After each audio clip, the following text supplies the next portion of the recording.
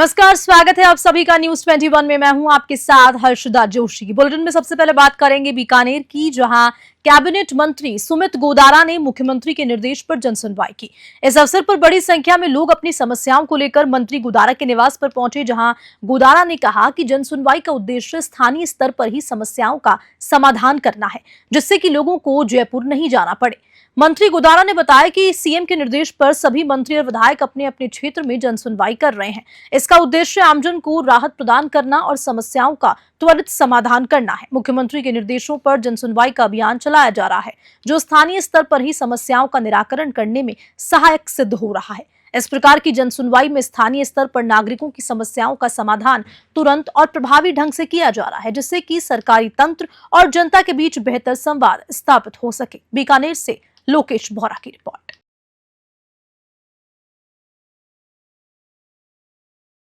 जनसुनवाई निरंतर, जब भी बीकानेर प्रवास हो, लूणकरसर प्रवास हो, हम जनसुनवाई लगातार निरंतर माननीय मुख्यमंत्री जी का निर्देश है, उसी के अनुसार जनसुनवाई आज कल रात को जयपुर से 11 बजे आई और आज शनिवार इतवार 2 दिन अपने क्षेत्र में है, तो यहाँ पर जनसुनवाई का कार्यक्रम रखा है। अमूमन मेरा प्रयास रहता है 1 दिन जनसुनवाई और 1 दिन 2 दिन अपने क्षेत्र में लोकार्पण उद्घाटन हम लगातार कर रहे हैं। तो ये लगातार विकास के कार्य भी चल रहे हैं, साथ में जनसुनवाई भी चल रही है। और विकास के कार्य तभी हो रहे हैं जब लोगों की जनसुनवाई के माध्यम से उसका संज्ञान में आता है विषय जो समाधान करने हेतु, और उसी के प्रयास से हम लूणकरसर बीकानेर में जो भी समस्याएं हैं उनका समाधान का निरंतर प्रयास है। मैं क्षेत्रवासियों को, बीकानेर वासियों को, ग्रामीण वासियों को बहुत बहुत धन्यवाद दूंगा कि वो पूरी रुचि से इस जनसुनवाई में आते हैं और कार्य का, और मेरा भी प्रयास रहता है कि ज्यादा से ज्यादा व्यक्ति है उसका समाधान हो सके। और मुख्यमंत्री जी का सबको निर्देश है कि प्रत्येक जनप्रतिनिधि अपने क्षेत्र में अधिक से अधिक जनसुनवाई करे, ताकि लोगों को जयपुर कम आना पड़े। यदि हम अपने क्षेत्र में जनसुनवाई करेंगे तो लोगों को जयपुर कम आना पड़ेगा तो सरकार का भी क्षेत्र में अच्छा संदेश जाएगा। और माननीय यशस्वी मुख्यमंत्री द्वारा निरंतर विकास के कार्यों में जो कार्य किए जा रहे हैं उसकी पूरे क्षेत्र में शोभा हो रही है, चाहे सड़कों का निर्माण हो, चाहे स्कूलों में कक्षा कक्ष का, चाहे उप स्वास्थ्य केंद्र के स्वीकृतियां और उनके टेंडर जारी होकर निर्माण कार्य शुरू होने वाले। तो ऐसे अनेक कार्य हैं जिससे पूरे क्षेत्र में माहौल अच्छा बन रहा है। और उसमें और सबसे ज्यादा धन्यवाद तो ईश्वर का हम देना चाहेंगे कि अच्छी बरसात इस बार हमारे क्षेत्र पश्चिमी राजस्थान में हुई है, जिससे अच्छी किसानों के चेहरे पे खुशी है और अच्छी फसलें होगी। और भगवान करे अच्छी फसलों से अच्छा जमाने से हमेशा हमारा राजस्थान आगे तरक्की पर रहे। अतिवर्षा के कारण लोगों को काफी नुकसान भी हुआ। देखो, ये कई बार बरसात का तो देखो पैमाना कभी कम कभी ज्यादा वो होती है, पर ये बात सही है। पर जहाँ भी हो सरकार उसमें पूरे संज्ञान लेकर करेगी, जहाँ पर मदद हो सकती है वहाँ मदद करने का पूरा प्रयास प्रशासन का और सरकार का रहेगा। अब खबर सोजत सिटी से है, जहां विधायक शोभा चौहान ने राजकीय उप जिला चिकित्सालय का गहराई से निरीक्षण किया और वरिष्ठ नागरिक समिति द्वारा बनाए जा रहे ऑक्सी पार्क में पौधारोपण किया। इस अवसर पर उन्होंने भामाशाह के सहयोग से बनाए गए विश्राम स्थल का उद्घाटन किया, जिसमें अध्यक्ष मंजू जुगल किशोर निकुम भी उपस्थित थी। विधायक चौहान की सोजत उप जिला अस्पताल को जिला चिकित्सालय में क्रमोन्नत करने पर चुनरी उड़ाकर नागरिक अभिनंदन भी किया गया। विधायक चौहान ने कहा कि सोजत के अस्पताल को जिला अस्पताल बनाने की उनकी लगातार कोशिशें का परिणाम है कि राज्य सरकार ने इसे जिला अस्पताल घोषित किया है।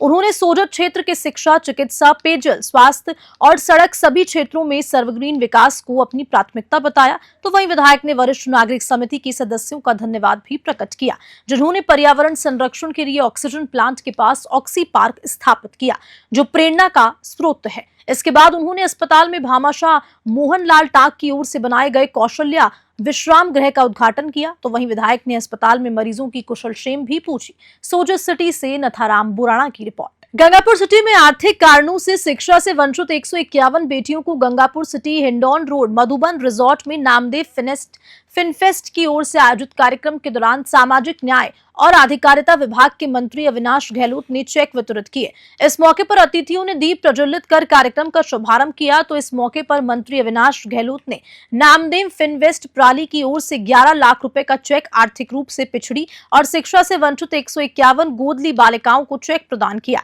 कार्यक्रम को संबोधित करते हुए मंत्री अविनाश गहलोत ने बालिकाओं को 11 लाख का चेक भेंट कर कहा कि बालिकाओं को गोद लेकर शिक्षा से जोड़ना पुण्य का काम है। उनका कहना है कि सभी लोगों को सामाजिक सद्भाव बनाए रखने और एकजुटता रहने होने स्वच्छ और स्वस्थ राजस्थान और देश का निर्माण में अपनी भागीदारी सुनिश्चित करनी चाहिए। गंगापुर सिटी से भगवान जहांगीर की रिपोर्ट।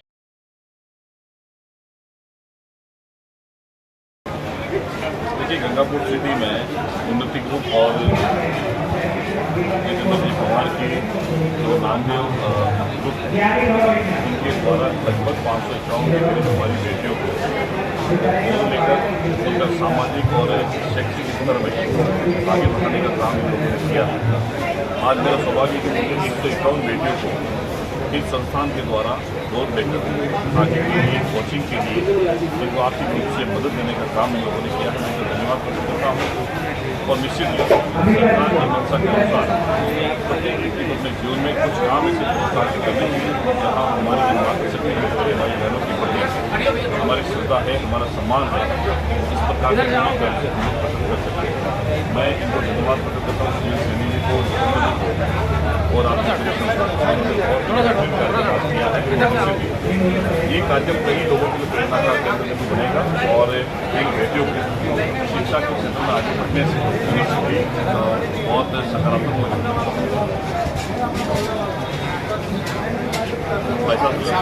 सर नहीं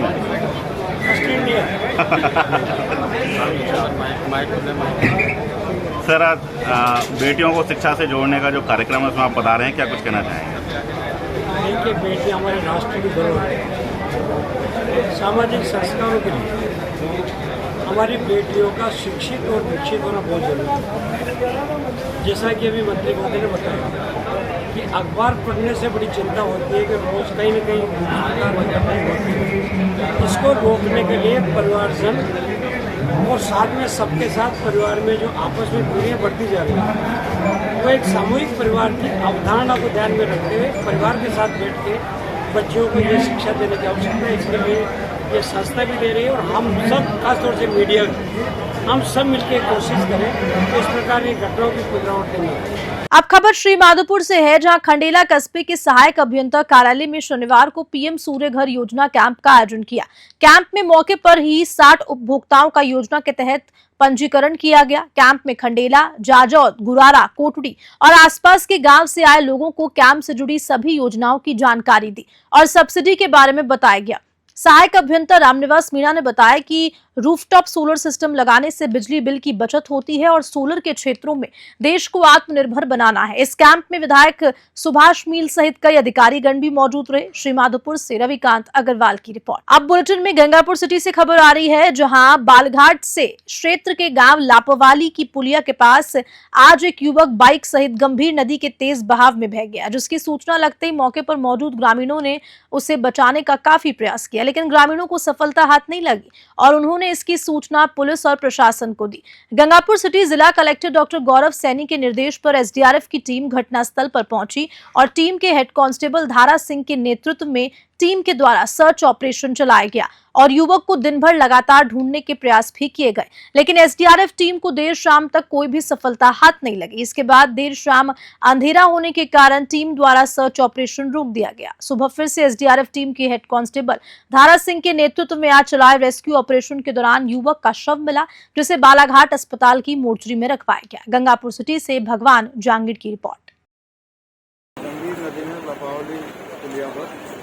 3 बजे के लगभग पुलिया के ऊपर पानी जा रहा था। इस दौरान गांव में तरफ धर्मा जाति ब्राह्मण निवासी डीजल वाला बाइक से आया, उसके साथ एक अन्य व्यक्ति और था। तो पुलिया के ऊपर पानी चल रहा था, उसने बाइक फंसा दी। पानी का वेग तेज होने से बाइक का बैलेंस खराब हो गया और लड़का मोटरसाइकिल के साथ रह गया।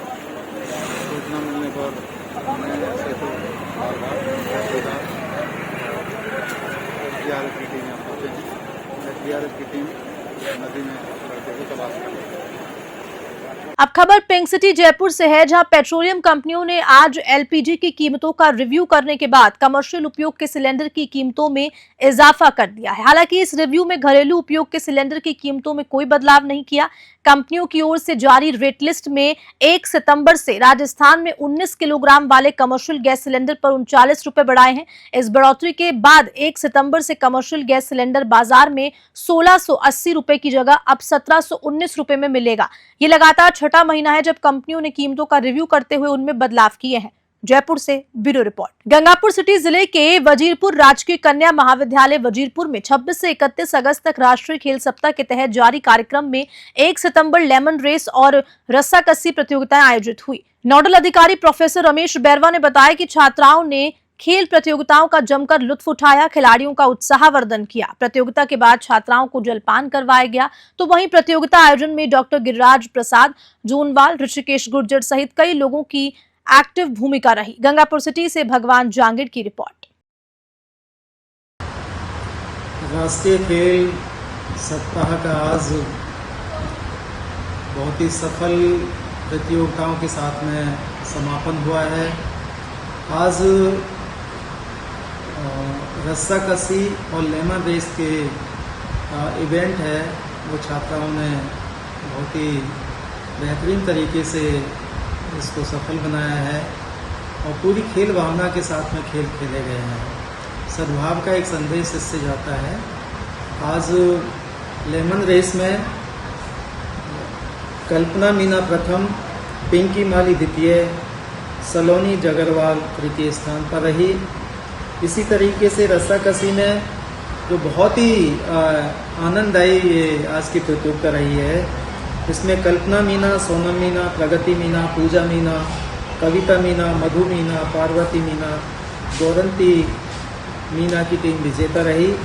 पिंकी माली, सलोनी जगरवाल, लक्ष्मी जाट, रश्मि, काजल सेन, लक्ष्मी देहवा, ज्योति कवर, राजकुमारी मीना की टीम ने भी बहुत बेहतरीन प्रदर्शन किया और जो दर्शक है, छात्राएं हैं, संकाय सदस्य है, उन्हें बहुत इस प्रतियोगिता का है आनंद लिया, लुत्फ उठाया। और इस मौके पर हम यही उम्मीद करते हैं कि आगामी दिनों में राजकीय कन्या महाविद्यालय वजीरपुर की छात्राएं और बेहतर प्रदर्शन करेगी खेलों में। ज़रूरत है तो सिर्फ इस बात की कि उनको खेल की सुविधाएं मिले और ज़रूर हम इसके लिए प्रयास करेंगे।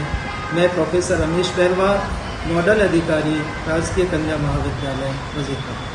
अब खबर राजधानी जयपुर से है, जहां एसओजी ने सब इंस्पेक्टर भर्ती 2021 में पेपर लीक के मामले में शनिवार को राजस्थान पुलिस अकादमी यानी कि आरपीए के 5 ट्रेनी सब इंस्पेक्टर को डिटेन किया है। एसओजी मुख्यालय में पूछताछ के बाद इन 5 की गिरफ्तारी संभव है।